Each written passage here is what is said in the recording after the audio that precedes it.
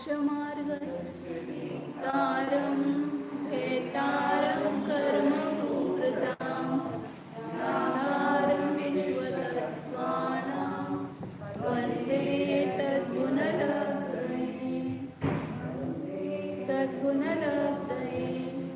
वन्दे तद्गुणलब्धये।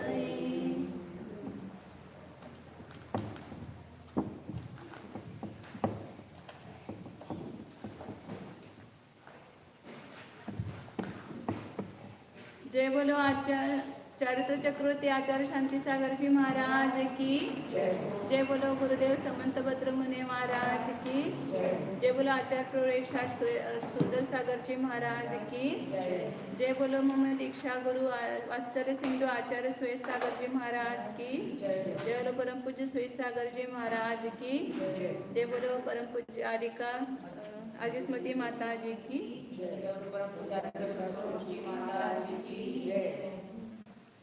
पांचवा अध्याय अपना चल रहा है, उसको एक बार बोलो। अजीव काया धर्माधर्माकाश पुद्गलाः द्रव्याणि जीवाश्च नित्यावस्थितान्यरूपिणी न पुद्गलाः आकाशादि द्रव्याणि निष्क्रियाणि च असंख्येया प्रदेशा धर्माधर्मैकजीवानां असंख्येयाश्च पुद्गलानां नानो लोग नहीं ये हुआ अभी नहीं हुआ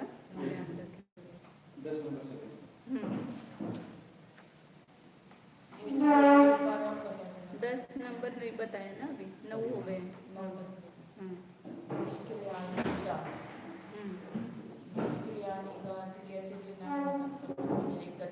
धर्म अधर्म आकाश के बारे में बता रहे हैं ना। धर्म अधर्म और आकाश द्रव्य एक है और वे निष्क्रिय है।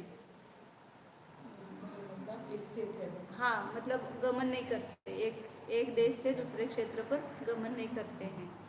ठीक है चालू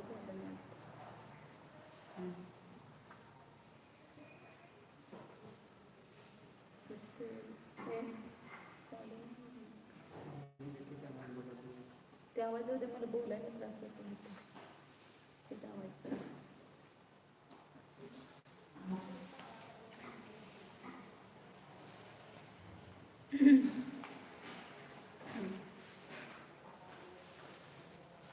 धर्मद्रव्य अधर्मद्रव्य और आकाश द्रव्य कैसे हैं? एक है, उनकी संख्या एक है, इसलिए अवस्थित है। और कैसे है?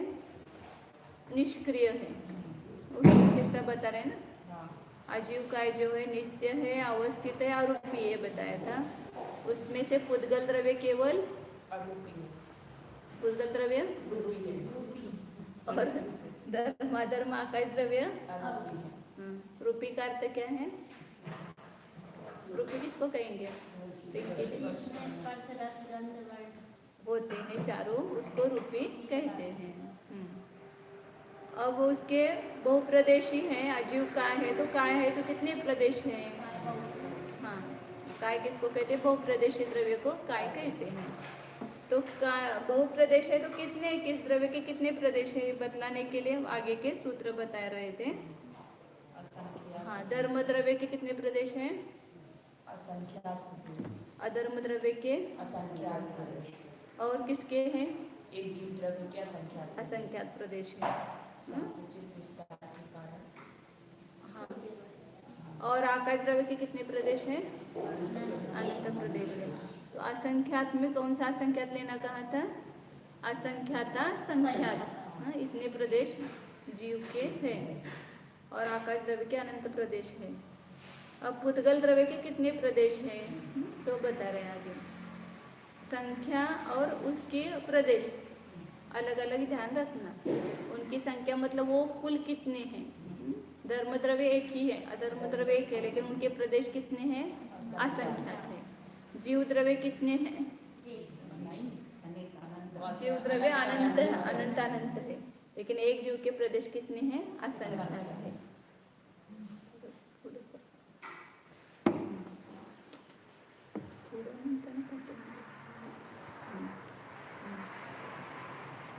पुद्गल द्रव्य के कितने प्रदेश आहे त्याचे काय झालं का नाही सेटिंग मोबाईल आलंय तसंच माईकचाच प्रॉब्लेम.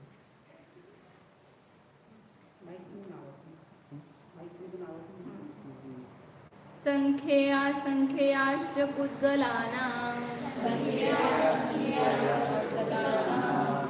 पुद्गल द्रव्य के प्रदेश संख्यात बोल सूत्र बोल संख्या संख्याच पुद्गलानां बोलो रे संख्या संख्या पुद्गलानां पीछे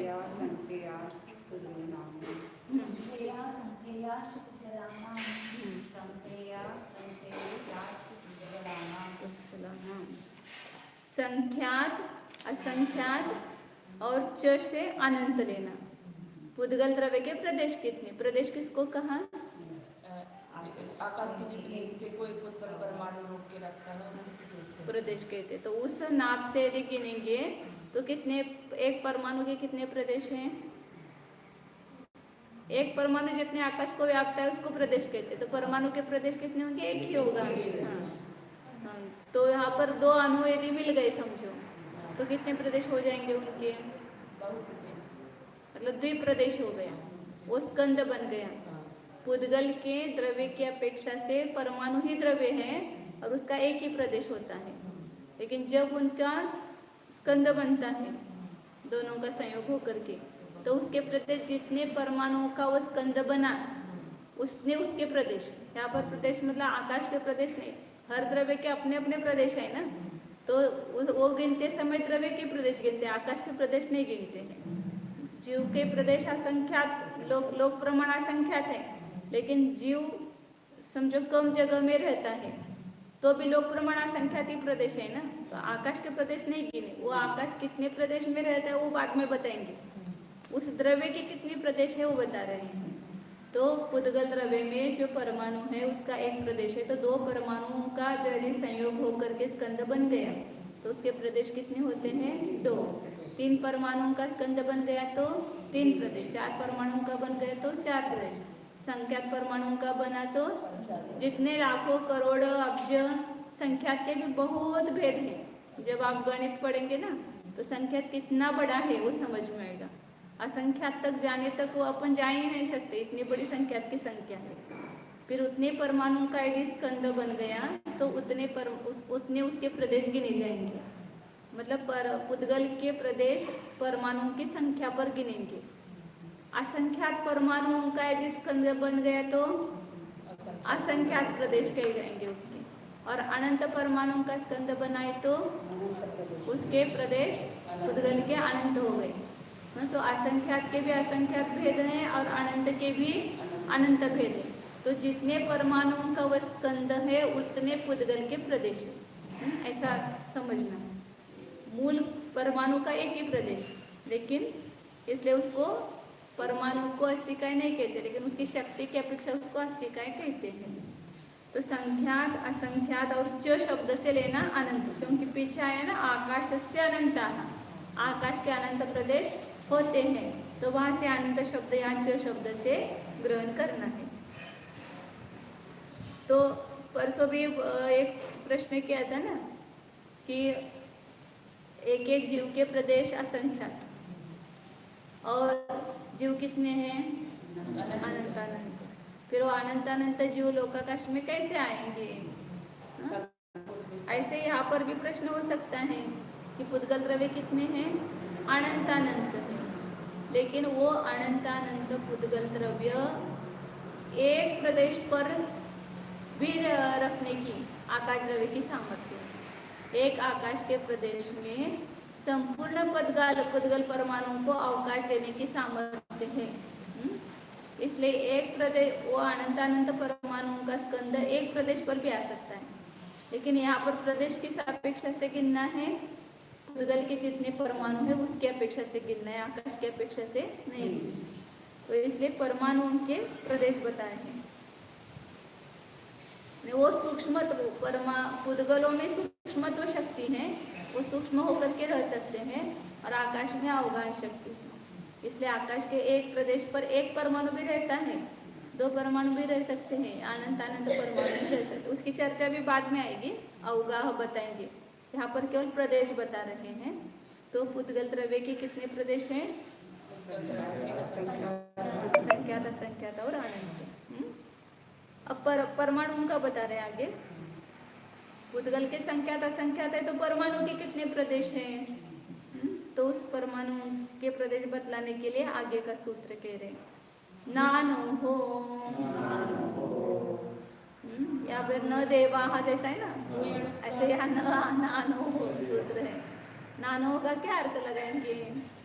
अणु के प्रदेश नहीं है। अणु परमाणु, अणु बोले परमाणु बोले दोनों एक ही है। अपने अणु और परमाणु दो अलग नहीं है। तो साइंस में होता है अणु और रेणु क्या अलग अलग होता है, ऐसे यहाँ नहीं है कुछ।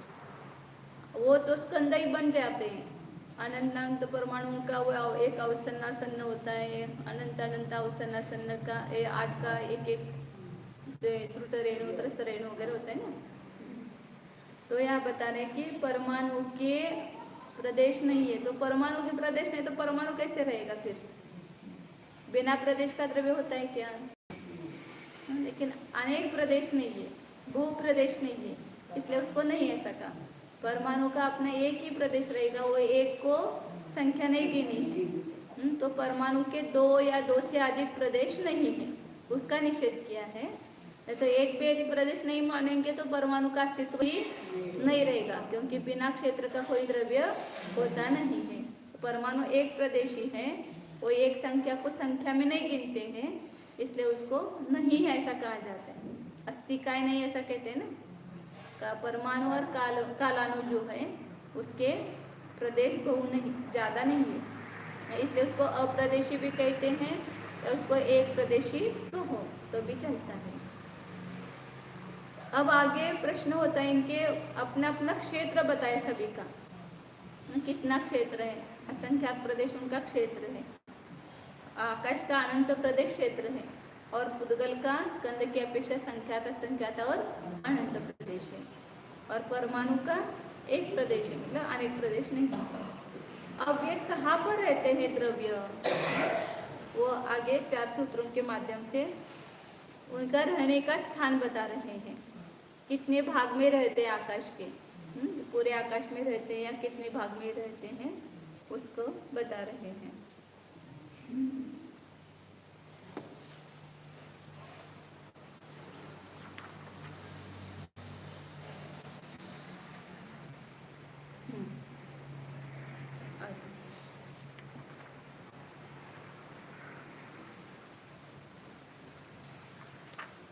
अनंत सभी भेद लेना पुद्गल के, जितने पुद्गल के ज़्यादा से ज़्यादा संख्या है ना वो सभी लेना वहाँ पर। अनंत मतलब कौन सा लेना? संख्यात के भी सभी भेद लेना, असंख्यात के भी सभी भेद लेना, और अनंत के भी जहाँ तक पुद्गल द्रव्यों की संख्या है ना वहाँ तक के लेना, उससे ज़्यादा नहीं होंगे प्रदेश, पुद्गलों के प्रदेश कहाँ के हुए हैं। तो सभी प्रकार के संख्या के स्कंद होंगे, क्योंकि जब पुद्गल का अपन 22-23 वर्गनाओं का हिसाब देखते हैं ना, तो वहाँ पर एक एक प्रदेश बढ़ते हुए ज्वनुस्कंद, तृणुस्कंद, संख्यातानु, असंख्यातानु, फिर अनंतानु, ऐसे करते करते जितने पुद्गल द्रव्य की संख्या है वहाँ तक जाते हैं ना, तो वही प्रदेश पुद्गल द्रव्य के समझना सभी प्रकार के। 12 नंबर का सूत्र है, लोकाकाशेव गाः,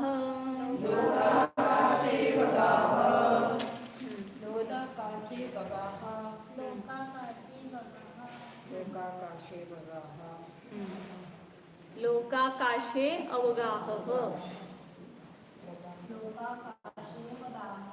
नहीं अर्थ कर रहे, ये जो धर्मात्मक द्रव्य हैं वे कहाँ पर रहते हैं, तो कहाँ पर स्थित है? तो लोकाकाश में इनका अवगाह मतलब जगह है रहने की। लोकाकाश उस दिन बताया था ना, आकाश के जितने भाग को 5 द्रव्यों ने व्याप्त किया है। 5 द्रव्य जहाँ रहते हैं, जहाँ दिखाई देते हैं, उसको लोकाकाश कहते हैं। तो धर्मादिक जो द्रव्य है वो लोकाकाश में उनका अवगाह है। तो कहाँ पर है लोकाकाश में? पूरे लोकाकाश में। कलकत्ता एक ही धर्म द्रव्य पूरे लोकाकाश में व्याप्त एक ही है, तो लोकाकाश के संपूर्ण भाग में है, धर्म द्रव्य अधर्म द्रव्य, और आकाश द्रव्य लोकाकाश और अलोकाकाश सब जगह है। अब लोकाकाश में इन द्रव्यों का अवगाह, तो आकाश का कहाँ अवगाह है? आकाश द्रव्य कहाँ रहता है? आकाश में धर्माधर्म द्रव्य रहते हैं, जीव पुद्गल रहते हैं। तो आकाश कहाँ पर रहता है? स्वयं में रहता है। आकाश, आकाश का दूसरा आधार क्यों नहीं बताया? क्योंकि वो स्वयं होगा उनका काम करता है। हाँ, मतलब आकाश स्वयं बड़ा, आकाश से बड़ा द्रव्य कोई नहीं है। जब अपन है तो इतना बड़ा टेबल है, तो इसके ऊपर हम बैठे, तो हमसे बड़ा है ना टेबल, तो टेबल पर हम बैठे हैं। अब टेबल किस पर है? तो नीचे जमीन पर है, तो जमीन उससे बड़ी है। अब जमीन किस पर है? तो आगे, मतलब वो बड़ा बड़ा आधार जो उसका हो जाता है। लेकिन आकाश से बड़ा कोई द्रव्य ही नहीं है, तो आकाश को किस में बताएंगे? आकाश स्वयं प्रतिष्ठित है, और स्वयं स्वयं का आधार है, दूसरा कोई द्रव्य उसका आधार। उसमें तीसरे अध्याय में भी देखा था ना, जो अधोलोक है तो उसमें बीच में पृथ्वियाँ हैं, तो पृथ्वी किसके आधार से है? घनोदधिवात वलय से। घनोदधिवात वलय घनवात वलय के आधार से, घनवात वलय और तनुवात वलय आकाश के आधार से। फिर आकाश किसके आधार से? स्वयं के आधार से। हाँ? तो फिर सबको ही स्वयं के आधार से मानो ना, आकाश को ही क्यों मानते हैं? तो निश्चय से देखा जाए तो प्रत्येक द्रव्य स्वयं में ही है।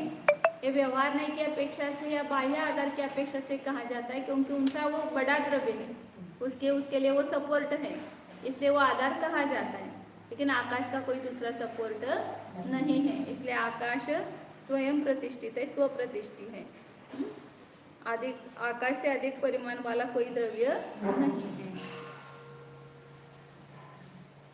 आधार आदेय भाव जो है वो कह रहे कि आधार आदेय भाव कब होता है? कि कोई पहले उत्पन्न हुआ है, फिर उसमें उसके बाद में उसमें कोई वस्तु रखते हैं, जैसे टोकरी है, फिर उसमें हम बाजार से फल ला करके उसमें रखते हैं, तो टोकरी में हमने फल रखे, तो टोकरी आधार हो गई और फल उसमें आदेय हो गए। अब यहाँ अनादिकाल से धर्म द्रव्य आकाश द्रव्य है, कोई प्रारंभ नहीं हुआ है, फिर उसको आधार, उसको कैसे आधार आदेय कल्पना कैसे करते हैं आप? तो यह भी कोई दोष नहीं है। एक साथ रहने वाले पदार्थों में भी आधार आदेय भाव होता है। जैसे आत्मा में ज्ञान है, आधार आदेय के नहीं है, ज्ञान कहाँ रहता है? तिल में तेल है, तो इसमें भी आधार आदेय भाव होता है ना। तो एक साथ रहने वाले द्रव्य में भी आधार आदेय भाव बनता है, इसलिए आकाश में ये धर्माधिक द्रव्य है, ऐसा कहने में कोई दोष नहीं है।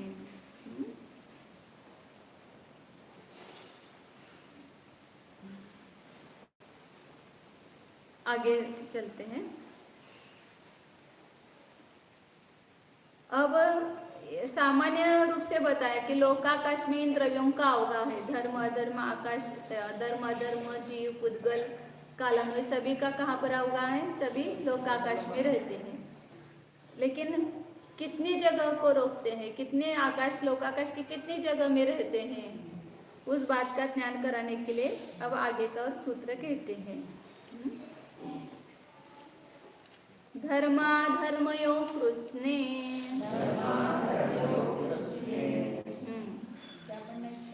कृत्स्ने कृत्स्ने त स न कृत्स्ने कृत्स्ने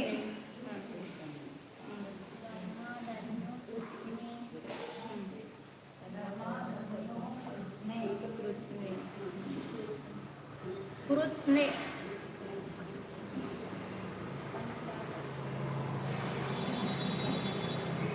चार जोडाक्षर उसमें, त तो क स को न को अ, असे चार संयुक्त व्यंजन है, 4 अक्षरी 64 अक्षर तक संयोग बताया है। 64 व्यंजन है, तो एक संयोग, द्विसंयोग, त्रिसंयोग, चतुर्संयोग, ऐसे 64 अक्षरों का भी संयोग होता है। अभी वो पढ़ रहे थे ना शांति धारा, वो गम, उसमें भी 6-7 मैंने देखा, 6-7 का संयोग है वहाँ पर। मैंने कहा ऐसे शब्द बनते हैं, अपने को पता नहीं है। हम और ऐसा कुछ आता है उसमें। हाँ, धर्माधर्मयो हो कृष्णे, कृत्स्ने, कृत्स्ने। हाँ, त बोलो पहले, स बोलो फिर न बोलो। कृत्स्ने, कृत्स्ने। हाँ, एक तो स आपको ये तकलीफ करता है, तो उसके बाद ये तो धर्माधर्मयोः कृत्स्ने, मतलब धर्म और अधर्म द्रव्य का अवगाह संपूर्ण लोकाकाश में है। जितना लोकाकाश है उतना धर्म द्रव्य, उतना अधर्म द्रव्य है। इसलिए संपूर्ण लोकाकाश में दोनों द्रव्य भरे हुए हैं। जैसे अपन ऐसे नहीं कि घर में घट रखा है, हमारे घर में घट है तो घट कहीं एक कोने में रहा है, पूरे घर में नहीं है, वैसा नहीं है। लोकाकाश में धर्म द्रव्य कहीं एक भाग में नहीं है, तो पूरे लोकाकाश में वह व्याप्त है। जैसे तिल में तेल रहता है, पूरा संपूर्ण तिल में रहता है व्याप्त। आत्मा में ज्ञान पूरे प्रदेशों में है, लेकिन आत्मा और ज्ञान वो प्रसिद्ध नहीं है दृष्टांत। तिल और तेल ये प्रसिद्ध दृष्टांत है। तो उसी प्रकार यह संपूर्ण लोकाकाश में ये धर्म और अधर्म द्रव्य रहते हैं व्याप्त होकर के। अब पुद्गल कितने भाग में रहते हैं, लोकाकाश के कितनी जगह में रहते हैं? प्रत्येक द्रव्य का अलग अलग। सामान्य बताए कि सभी द्रव्य लोकाकाश में है। अब लोकाकाश में कितनी जगह को व्याप्त होकर के रहते हैं? तो धर्म अधर्म द्रव्य संपूर्ण लोकाकाश को व्याप्त करके रहते हैं। अब पुद्गल बता रहे हैं, एक प्रदेशादिषु भाज्य पुद्गलानां।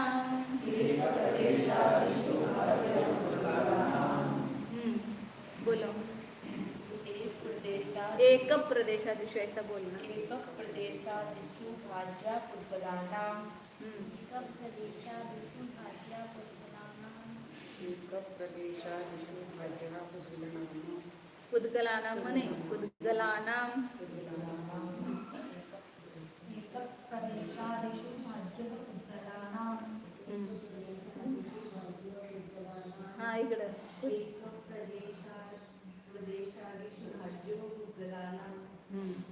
बराबर।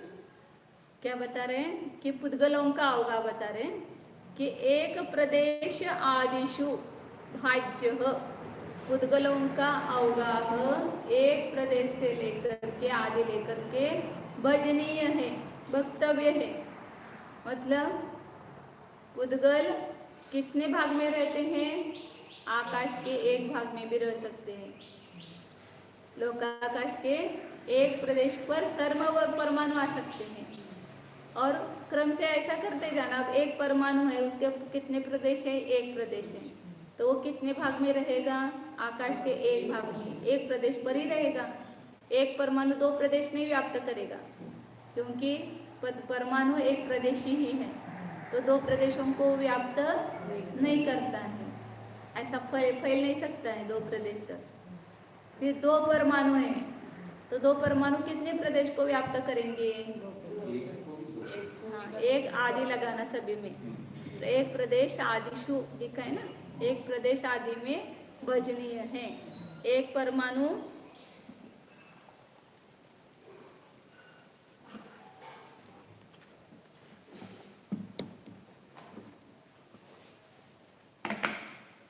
आकाश का एक प्रदेश है, इस पर एक ही परमाणु रहेगा। एक परमाणु, एक प्रदेश पर एक परमाणु रहेगा। अब दो परमाणु हैं, तो ये दो परमाणु एक ही आकाश के प्रदेश में रह सकते हैं या दो प्रदेशों पर रहेंगे। दो परमाणु इधर,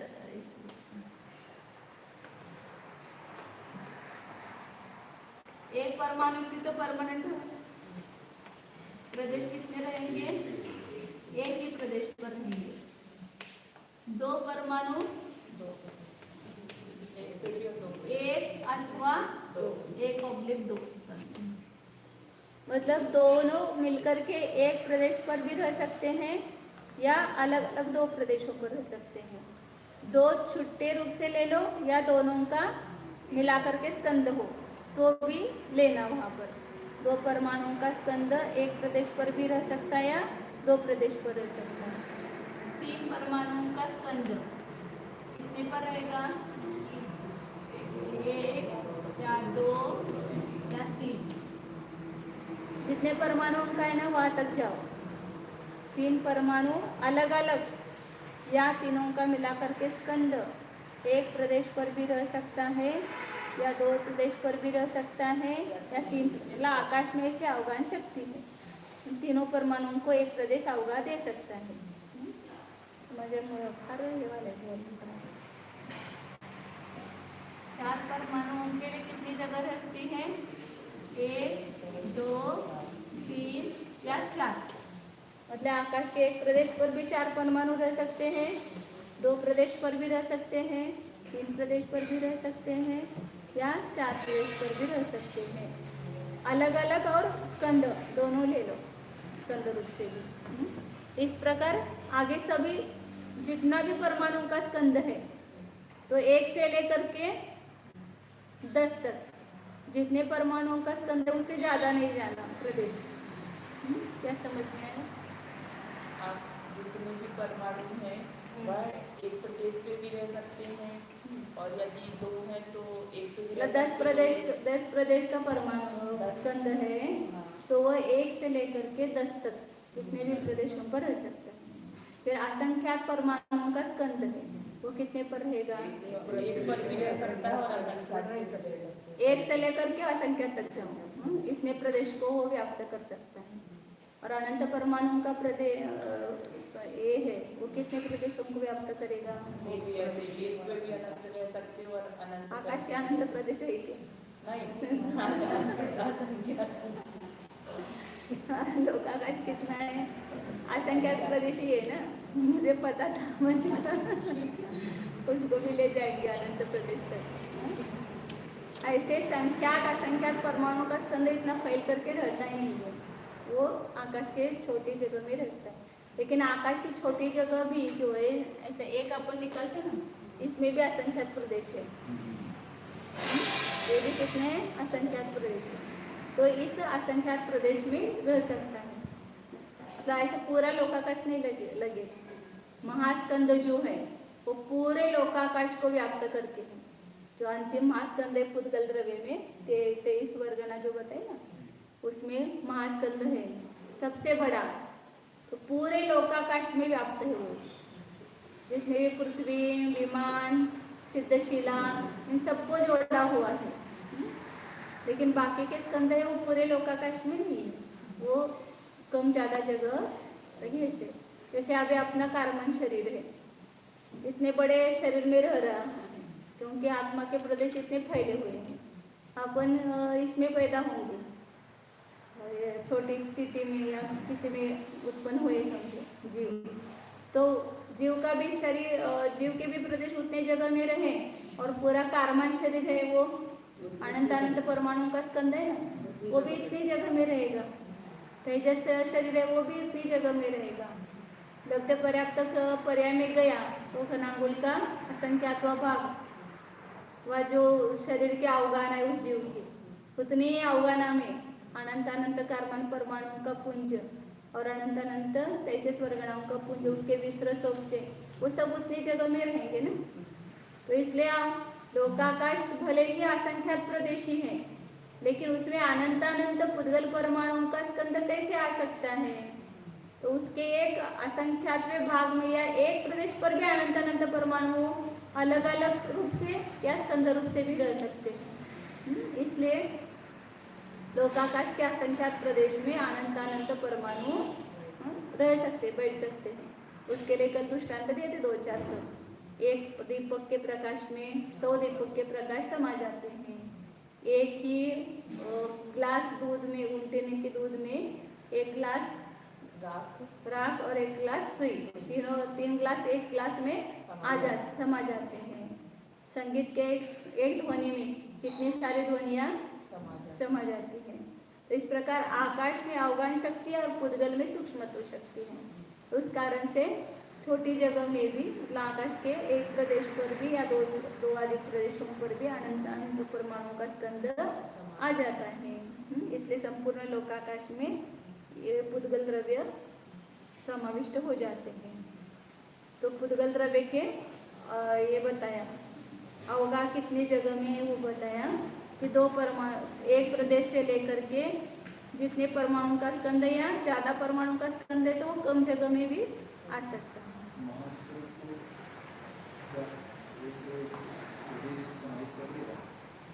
महास्कंद को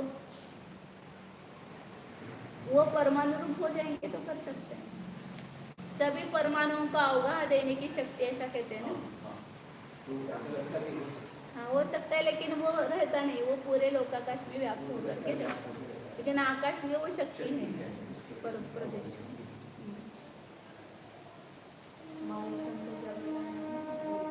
महास्कंद पूरे लोकाकाश में व्याप्त हो सकता है तो वो एक प्रदेश पर आ सकता है क्या, ऐसा बोले तो यदि वो परमाणु सूक्ष्म रूप से परिणमित होंगे तो एक प्रदेश पर भी अवगाहित हो सकते हैं। स्थूल स्कंद है तो वो नहीं बैठता एक प्रदेश पर। जब सूक्ष्म स्कंद बनेगा या अलग अलग परमाणु होंगे तो वो सब उसमें आ सकते हैं एक प्रदेश पर।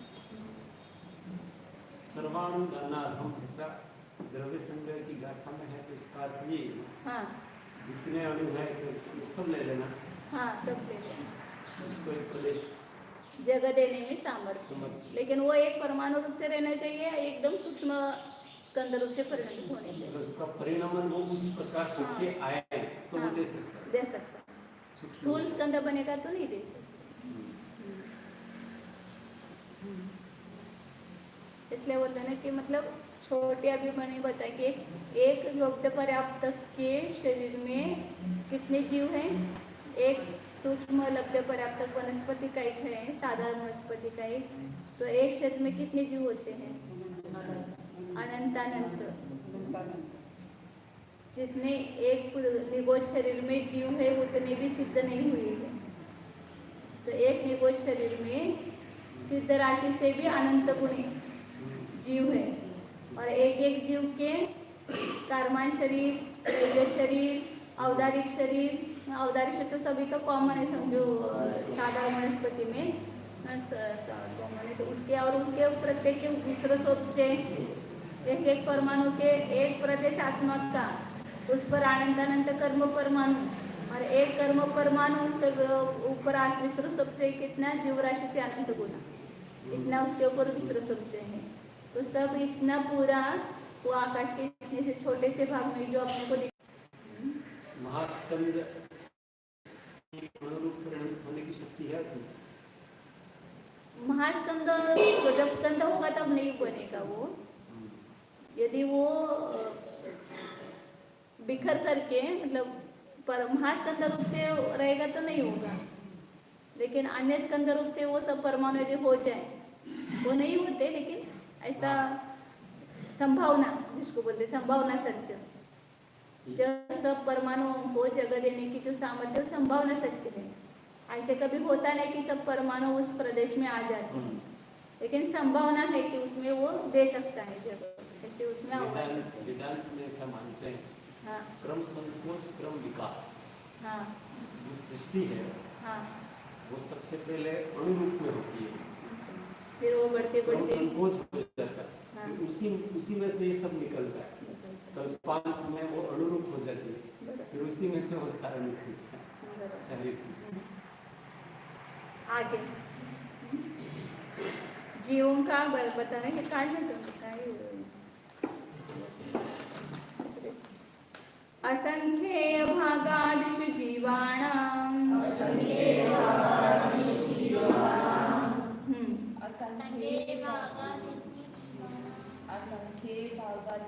जीवानां और मंगल खाते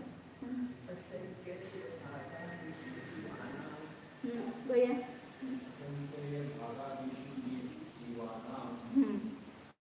असंख्येय भागादिषु जीवानाम। अब जीवों का अवगाह कितने प्रदेशों पर है वो बता रहे हैं कि असंख्यात भाग आदि पर मतलब जीवों का अवगाह है, वो अवगाह सभी में लगाना है। लोकाकाशीय अवगाह, फिर उसके बाद धर्माधर्मयोग कृष्ण अवगाह, धर्माधर्म का संपूर्ण लोकाकाश में अवगाह है। फिर पुद्गलों का एक प्रदेश आदि से लेकर के अवगाह भजनीय है, एक प्रदेश पर रह सकता है 2, 3, 4, 5 ऐसे असंख्यात प्रदेश तक लेना, क्योंकि लोकाकाश के असंख्यात प्रदेश से ज्यादा प्रदेश नहीं है। और जीवों के अवगाह कितने प्रदेश में है? तो लोकाकाश के असंख्यातवें भाग में, उसमें भी असंख्यात प्रदेश आएंगे। लोकाकाश का असंख्यातवां भाग एक प्रदेश भी हो सकता है, क्योंकि लोकाकाश के प्रदेश कितने हैं? असंख्यात। उसको लोकाकाश से भाग दो, कितना उत्तर आएगा? एक।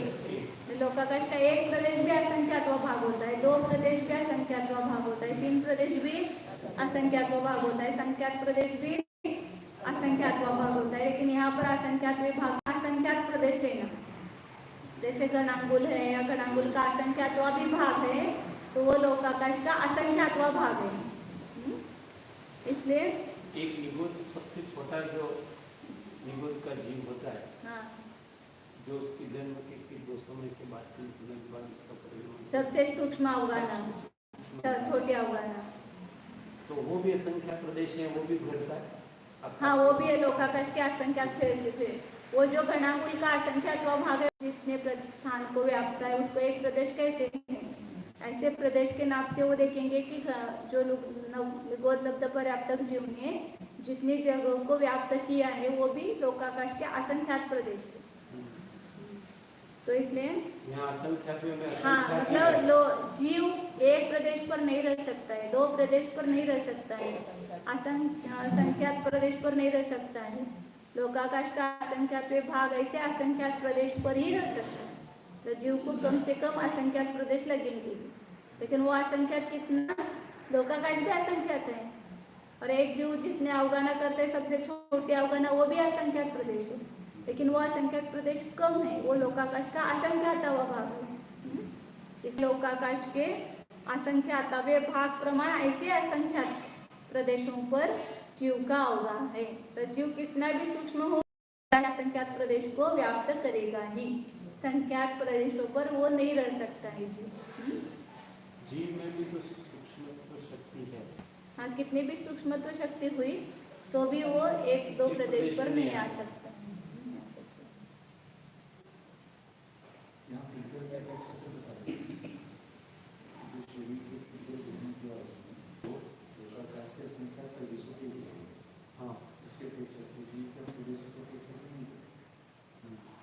पर उनका परिणाम, जैसे स्कंदों का परिणाम ऐसा होता है कि वो आकाश के प्रदेश में आ जाता है, ऐसे जीव का नहीं होगा, नहीं नहीं होगा। कम से कम वो असंख्यात प्रदेश को घेरेगा। और बड़ा जो महामत्स्य, सबसे बड़े अवगाना कौन से है? महामत्स्य के। जितनी भी 64 अवगाना जीव समासाकार में बताए ना, जीवकण के सूक्ष्म निगोदलब्ध पर्याप्त से लेकर के महामत्स्य तक, तो सभी प्रकार के अवगाना के प्रदेश लोकाकाश के असंख्यातवां भागी हैं। तो पूरा महामत्स्य कितना है? 12.5 करोड़ योजन प्रमाण है, तो वो भी लोकाकाश का असंख्यातवां भागी होगा, क्योंकि लोकाकाश 343 घन राजू प्रमाण है। 343 घन राजू की अपेक्षा से योजन जो है वो असंख्यातवां होगा, तो वो संख्यातवां भाग, हाँ, संख्यातवां भाग। तो जीव कितना भी बड़ा हो, कितना भी छोटा हो, लोकाकाश के असंख्यात प्रदेश लगते हैं, और वो लोकाकाश का असंख्यात होगा। 2 समझ में आ रहा है? वो जो असंख्यात प्रदेश है, वो लोकाकाश की अपेक्षा से देखेंगे तो कितने हैं? तो उसका असंख्यातवां भाग है। लोकाकाश का दूसरा भाग या तीसरा भाग या चौथा भाग या संख्यातवां भाग नहीं है, वो असंख्यातवां भाग है। और वो उसमें प्रदेश कितने होते हैं? असंख्यात होते हैं। वो लोकाकाश के असंख्यात प्रदेशों को घेरता है। ऐसे 2 में जमलिक होता है, तो वो समझिए। तो एक जीव ने व्याप्त लोकाकाश क्षेत्र में दूसरे अनंत जीव भी रहते हैं। जहाँ एक जीव है वहाँ पर अभी बताया ना, सूक्ष्म निगोदलब्ध पर्याप्तक के अनंत जीव भी आ सकते हैं। उन सबको अवगाहन करने की शक्ति लोकाकाश में है। आकाश भाई, इसमें असंख्यात आदि को लिया है, तो असंख्यात आदि भागों में तो वो आदि में क्या लेना है? जब असंख्यात भूभाग में भी रहता है, जब समुद्घात करता है, मारणांतिक समुद्घात वगैरह करता है, या अपने केवली समुद्घात, तब लोकाकाश के असंख्यात भूभाग को भी व्याप्त करता है और पूरे लोकाकाश को भी व्याप्त करता है। इसलिए आदि शब्द का अर्थ वो लेना वहाँ पर, असंख्य भागादिशु कहा ना, असंख्यात्वा भाग या असंख्यात बहुभाग या संपूर्ण लोक, या बीच बीच में भी आते हैं ना, मारणादी समुद्रघात, बिहार समुद्रघात, 8/14 राजू, 8/6/14 राजू, वो एक जीव की अपेक्षा नहीं है, लेकिन वो तो स्पर्शन है। हमारे हाँ उत्कृष्ट संख्या में एक मिलाकर हाँ जगन असंख्यात हो जाती है। हाँ, तो वहीं से गिनके असंख्यात को उत्कृष्ट कर ले सकते हैं। वो इतना जगन्य असंख्यात नहीं है जो जी, वो घनांगुल का असंख्यात वो भाग लेना है ना, तो बीच का मध्यम असंख्यात संख्या आएगी, इतनी जगन्य नहीं होगी, मध्यम असंख्यात संख्या। समुद्र इसमें आगे के का भी अर्थ क्या? पूरा लोक घेरता है, कितना सबसे बड़ा वही होता है।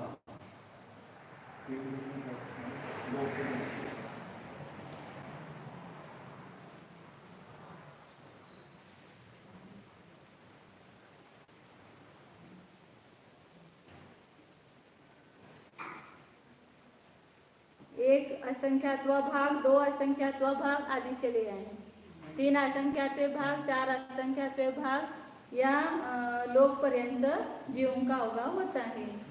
जैसे जब केवली समुद्रघात करते हैं, तब जब दंड समुद्रघात है तो 14 राजू ऐसा व्याप्त होता है ना, पूरा ऐसा सीधा, और कपाट समुद्रघात होता है तो ऐसा फैलता है पूर्व पश्चिम या उत्तर दक्षिण।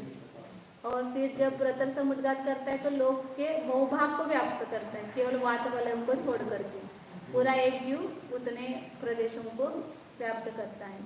और जब केवली समुद्रघात होता है तो पूरे लोकाकाश में संपूर्ण आत्मा के प्रदेश फैलते हैं, तो इसलिए पूर्ण लोक प्रमाण हुआ, इसलिए आदि शब्द से वो लेना है, एक असंख्यात भाग या 2 आदि असंख्यात भाग या असंख्यात बहुभाग या संपूर्ण लोक, ऐसा आदि से लेना वहाँ पर जीवों का अभाव होता है। में पूरा वो घेरता है, वात वलय को घेरता है, वात वलय को छोड़कर करके वात वलय को छोड़कर वात वलय में लोक पूर्ण होगा तभी जाएगा वो लोक पूर्ण में ही, वात वलय को छोड़कर।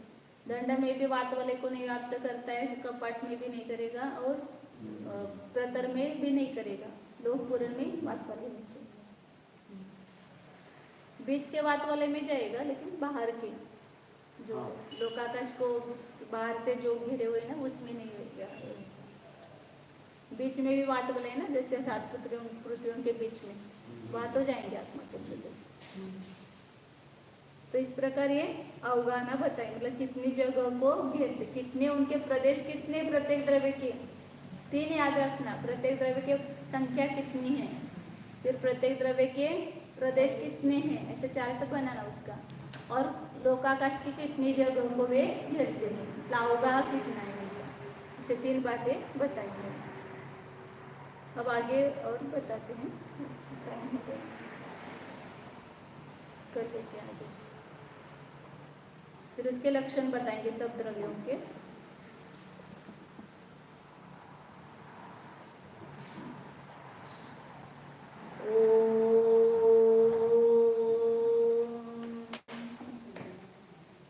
जानिए यह मैं शुद्ध चैतन्यमय जीव हूँ,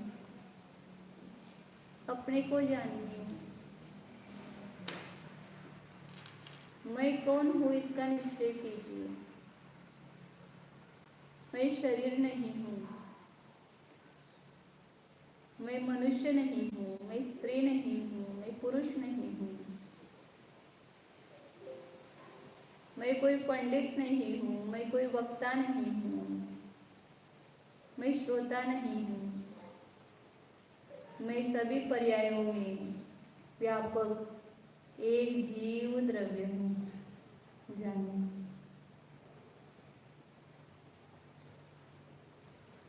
इन सभी अवस्थाओं में मैं एकत्व स्वरूप ही हूँ, अपने चैतन्य ज्ञान व आनंद रूप से ही हूँ।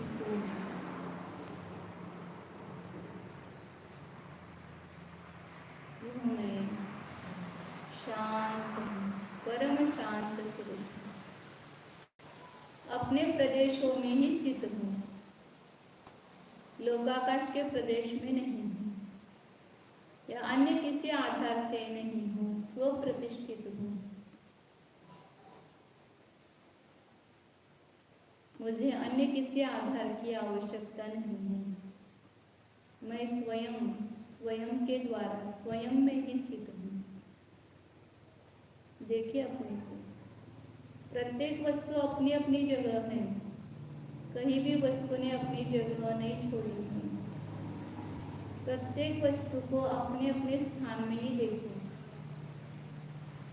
जो किसी भी शरीर में जाए अपने प्रदेशों में ही रहता है।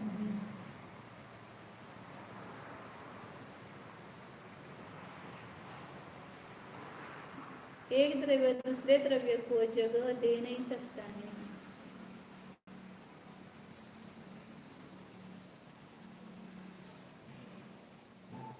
यह मैं स्वाधीन स्वतंत्र द्रव्य हूँ।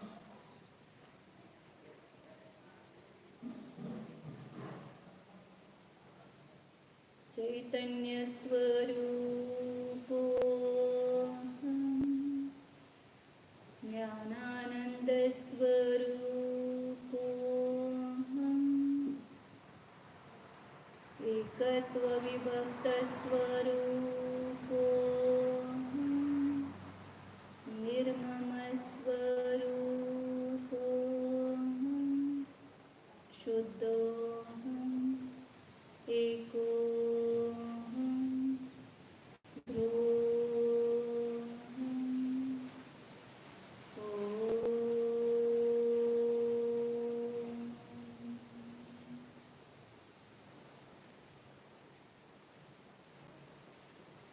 विसर्जन। नमो